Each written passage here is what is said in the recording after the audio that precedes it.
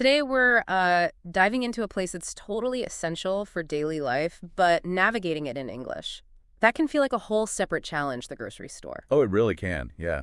For many English learners, it's one of those places where you kind of have to step outside your comfort zone, Yeah. deal with unexpected questions, figure things out quickly, and all that vocabulary. Exactly. But, that challenge is also a massive opportunity. We've been looking through a whole stack of notes and tips on mastering this very scenario. And the mission for this deep dive is really to give you the confidence and the phrases you need to walk into any English-speaking grocery store feeling prepared and maybe even comfortable. Absolutely. Yeah, it's not just about memorizing a list of words, is it? It's more about understanding the flow, like how the interaction usually goes, knowing how to ask questions naturally, and just feeling capable through the whole thing. Right. We want you to feel that satisfaction, finding exactly what you need, asking a staff member for help without hesitating too much, and kind of sailing through the checkout. So let's walk through it step by step. We'll cover everything from just grabbing a cart to handling those little hiccups that might pop up. Right, okay. So imagine you've just pushed open those doors, those very first interactions. They can really set the tone for the whole visit. So you're just entering, you might see staff members near the entrance, right? The notes we looked at suggest just a simple hi or hello as you pass by is totally fine, kind of low pressure. Yeah, just acknowledging them. And sometimes, they might approach you, especially in smaller shops, or maybe if you look a bit lost, they might say something like, "Can I help you find anything?" Or "Looking for something specific today." And you need a quick reply ready. If you're just looking around, a simple, polite, no thanks, just browsing for now works perfectly, takes the pressure right off. Definitely. Or, if you do know exactly why you're there and you want to be efficient, you can just jump right in. One tip was to ask for your item straight away.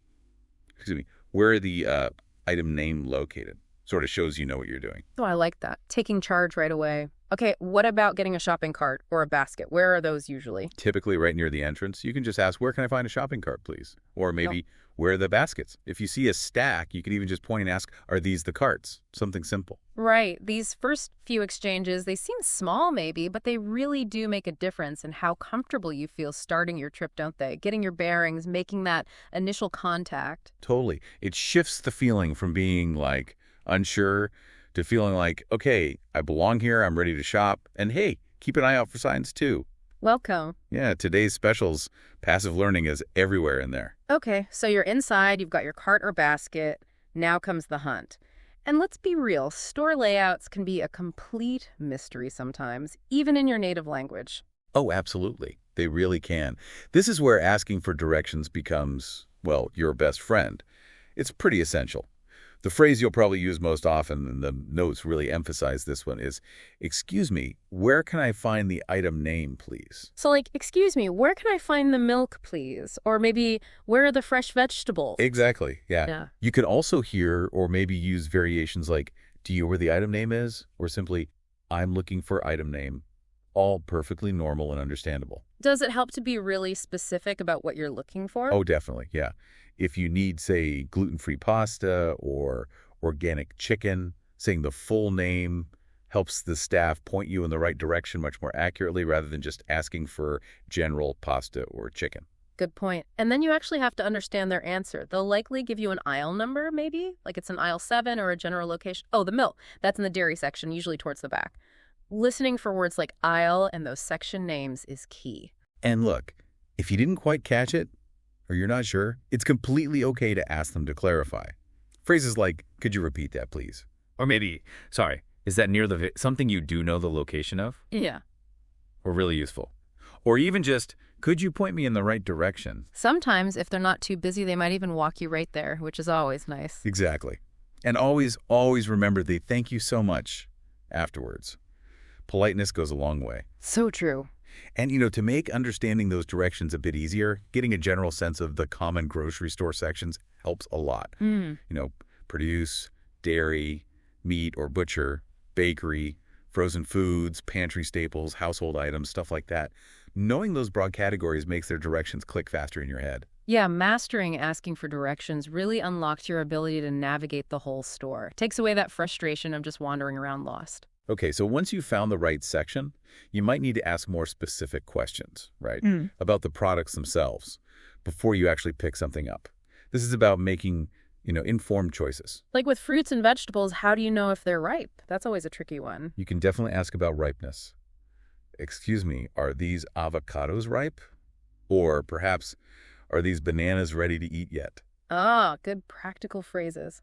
What about specific qualities, like organic or local? Yep. You might ask, do you have any organic apples? Or are these tomatoes locally sourced, if that's important to you? Or about different types, do you have any unsalted butter? Just being specific. And the deli and meat counters, they often involve talking about weight and how you want things prepared, right? Yes, exactly. You need to know your units, maybe a pound, half a pound, quarter of a pound, or it might be grams and kilograms, depending on where you are. And slicing. Could you slice this thinly, please? Yeah. Or just a regular slice is fine. Getting those details right feels pretty good. For packaged foods, asking about ingredients seems crucial, especially with allergies these days. Oh, absolutely vital. Seriously. Phrases like, is this gluten-free? Or does this contain nuts? Are things you really need to know how to ask for safety reasons. And making sure you're actually getting the deal you saw advertised. Right. Is this item on sale? Or is this the buy one, get one free offer? Those are common questions to just confirm the price. Also, really pay attention to the price tags themselves. They usually show the price per item or per unit of weight, like level ballers or kilojumpers, which helps you compare different sizes or brands. Asking these specific questions really helps you get exactly what you want and need, doesn't it? Not just grabbing the first thing you see. Adds a layer of precision. It really does. It moves you from just finding an item to confidently choosing it based on what you need. That's a big step in feeling capable, I think. Speaking of choices and capability, understanding pricing and sales is definitely part of being an efficient shopper. Managing the budget. It totally is. As we mentioned, look for those prices per item or per weight. Sales are often marked with bright signs or tags saying things like on sale, special offer, maybe discount, or even clearance. And those promotions that can be a bit confusing, like buy one, get one free. Or BOGO, you often see that abbreviation. Or maybe 2 for $5, meaning you pay a special lower price if you buy 2 of that specific item. Understanding these can really save you some money. Loyalty cards, too, they're everywhere now. You see signs like member price or with loyalty card. Right. If you want that price, you'd probably ask something like, how do I get a loyalty card? Or can I sign up for the loyalty program? Often they can do it right there at checkout. What happens if the price on the shelf doesn't seem to match the price when it stands at the till? That happens sometimes. It does happen. A polite way to handle it is just to say, excuse me, I think this item said price you saw on the shelves, but it's scanned as price on the register. Just bring it to their attention calmly. They'll usually check it for you. Yeah, it helps to kind of pay attention as the cashier scans your items. They often announce the price or it shows on a screen and you can catch things early. Good point. And don't forget your coupons if you use them. I have a coupon for this, please. Or just hand it over and say, here's my coupon. Getting a handle on all the pricing stuff makes you feel much more in control of your spending during the trip. Less guesswork. Exactly. It adds another layer of confidence, not just navigating the aisles, but navigating the whole financial transaction part of it. All right, so the cart's loaded, or mostly loaded. It's time for that final interaction. The checkout counter, the home stretch. Yeah, this is your chance to kind of consolidate everything. The cashier will usually greet you, maybe a simple, hi, how are you? Or ready to check out, just respond kindly. Good, thanks. Or yes, please. They often ask about your shopping trip, don't they? Like a little bit of small talk. Yeah, you might hear, did you find everything okay? Or find everything you needed today? A simple, yes, thank you. Or casual, yep, mostly thanks. Works perfectly fine. Then the bags. That's always a question now. Do you need any bags? Paper or plastic? Or maybe, did you bring your own bags? Right, so be ready to state your preference, yes, please, and then specify paper or plastic if they offer a choice. Or, no thanks, I brought my own. And remember, in many places now, you might have to pay for bags, so be aware of that. Okay, the moment of truth. The total amount. Listen carefully. They'll say, your total is amount, or that'll be amount. It might be said quickly, but listen for that key phrase and the number. And how you're going to pay. Yep, they'll usually ask cash or card, or how will you be paying today? Just state your choice clearly. Card, please, or cash. If you're using a card, just follow the prompts on the machine. It'll likely say insert, tap, or swipe. With cash, hand them the money and maybe state the amount if you're giving them a larger bill, like here's 20. And the receipt, sometimes they ask, sometimes they just hand it over. Exactly. They might ask, would you like your receipt? Mm-hmm. Or just offer it. Here's your receipt. You can just say, yes, please, or no, thank you, whatever you prefer. And for the perfect exit, what's the final thing to say? A simple and warm, thank you, have a good day, usually does the trick. They'll likely say something similar back. Honestly, getting through that final checkout interaction smoothly feels like a real win. It really does. It kind of solidifies the whole trip, doesn't it? You came in, you found your stuff, you paid, you handled the conversation. That checkout part is a huge confidence booster. Definitely. But, life isn't always perfect, right? Things don't always go exactly according to plan. Handling those unexpected situations is a real test of your adaptability in English. Like if an item just won't scan at the checkout, that can be awkward. Yeah, the cashier might say something like, this isn't scanning. You might just need to clearly say the item name again so they can look up the price manually. Or you get right to the checkout and realize you forgot one really important thing way back in aisle 2. Oh, that's the worst. You could politely ask, oh no, excuse me, I just realized I forgot to grab item name from section. Would it be okay if I quickly run and get it? They might say yes or no, depending on how busy they are, or if there's a queue behind you. And a card declining. That can feel a bit stressful in the moment. It can, but try to stay calm. If they say, I'm sorry your card was declined or it didn't go through, a simple, oh, okay, let me try another card, or all right, I'll pay with cash instead, is a clear and easy response. No big deal usually. Or maybe you accidentally grabbed the wrong size or flavor of something. Yeah, if they scan it and you notice, you can just say, oh, actually, could you remove that item, please? I grabbed the wrong one by mistake. And if there was a price issue you noticed earlier but didn't sort out, you could gently bring it up again at the register. Sorry, just wanted to double check. I thought this was marked lower price on the shelf. Be polite about it. And sometimes, the cashier might be new or just having a bit of trouble themselves. Patience is probably good. Definitely. Saying something simple like, no rush at all, or take your time, can be kind, and it also gives you a moment to gather your thoughts if needed. These moments, while maybe a little challenging at the time, are fantastic practice for thinking on your feet and using your English in slightly unexpected ways. They really build resilience, don't they? Knowing you can handle a little snag makes you feel much more capable overall for next time. Exactly. Now, to really level up, almost like sounding like a pro shopper, knowing the specific vocabulary for the different departments beyond just the main aisles is super helpful. Like the deli counter. That always seems like a specific interaction. It is. That's where you need to specify the meat or cheese you want, the quantity usually by weight, and how you want it sliced. Like, could I get a quarter pound of ham sliced thinly, please? And the butcher counter, similar idea. Pretty similar. You might ask for specific cuts, like 2 chicken breasts or a pound of ground beef, or you can even ask for advice. What's a good cut for making a stew? They're usually knowledgeable. At the bakery counter. There you might ask about freshness. Maybe, are these croissants freshly baked this morning? Or request a specific type of bread? Could I get a loaf of sourdough, please? Fish counter. Freshness is key there too, I bet. Absolutely. Asking, is this cod fresh today? Is common. And knowing the names of different fish helps, of course. Price is often per pound or kilo, too. And some larger stores have those prepared food sections or a hot bar. Right. You'll need to know how to ask what items are available, what's in this salad, and how they're sold, which is often by weight or maybe by the container size. Oh, and don't forget the floral department if you want to pick up some flowers. True. You might ask about types. Do you have any fresh roses today? And definitely the prices. How much is this particular bouquet? And for bigger issues like returns or questions about store services, there's usually a customer service desk, right? Yep. Phrases like, excuse me, I'd like to return this item, or I have a question about the loyalty program, are key for that spot.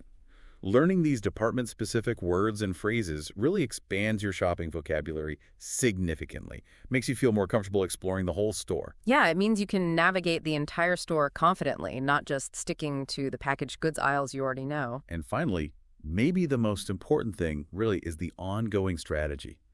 Continuous learning through observation and active listening. Every single trip. So basically paying attention to everything happening around you while you shop. Exactly. Listen to how other shoppers talk to the staff. How do they ask for things? What words do they use at checkout? You'll start picking up natural phrasing and the rhythm of the language. And reading the signs. You mentioned that earlier. Every sign, every label, every price tag is like a mini language lesson. Totally. Directional signs, product descriptions, details about sales. It's all vocabulary building right there in context. And pay attention to how the staff speak too, their intonation, their speed. Notice the natural flow. At the checkout, actively listen for those keywords we talked about. Bags, card, receipt, the total amount. Really tune in. Right. And if you hear a word or phrase you don't know, try to make a mental note or even quickly jot it down on your phone if you can and look it up later. Treating every visit like a practice session and actively listening really boosts your comprehension over time. It becomes less daunting. It makes the whole experience feel more like a learning opportunity, doesn't it? Not just a chore you have to get through. Precisely. It makes you more attuned to the specific language used in that environment, which ultimately helps you sound more natural yourself. Wow. Okay. We've really covered the entire grocery store journey, haven't we? From the moment you walk in, finding your way around, asking all sorts of specific questions about products and prices, confidently handling the checkout, tackling potential problems, exploring different departments, even just keeping your ears open for learning opportunities along the way. Yeah, you should now have a pretty solid toolkit for navigating the grocery store in English. We hit on greeting staff, asking for carts, those crucial phrases for directions, detailed questions about everything from ripeness to ingredients, understanding pricing and sales, mastering that checkout interaction, handling common little hiccups, exploring department-specific language, and, yeah, that ongoing power of observation and listening. That's a lot of ground covered, and hopefully you listening feel much more equipped now. The real key, though, is practice, isn't it? Every single trip to the grocery store is a chance to use these phrases, build that muscle memory. Don't be afraid to just try them out. It's okay to stumble a bit. Staff are usually pretty helpful. Oh, absolutely. Your confidence will definitely grow with each interaction. You're not just buying groceries, you're actually engaging with daily life in English, which is incredibly empowering when you think about it. So go forth and confidently fill that cart. You've definitely got this. Yeah, you do. And maybe just as a final thought, as you think about feeling more confident in this one specific practical setting, consider this. How might gaining this kind of functional English skill at the grocery store change the way you approach other everyday tasks or interactions that currently feel a bit challenging in English? Where else could applying the same step-by-step, phrase-by-phrase approach make a real difference in your daily life and boost your overall confidence? Thanks for listening. And if you found the video helpful, please hit the like button. Make sure to subscribe to my channel so you never miss an episode and share it with others who might benefit. And if you have any questions or topics you'd like us to cover in future episodes, we'd love to hear from you. So your feedback is really important to us. And if you want to continue learning right now, here in this playlist, you'll find helpful videos for English listening practice. You might want to watch it next. Thanks for listening. Bye-bye.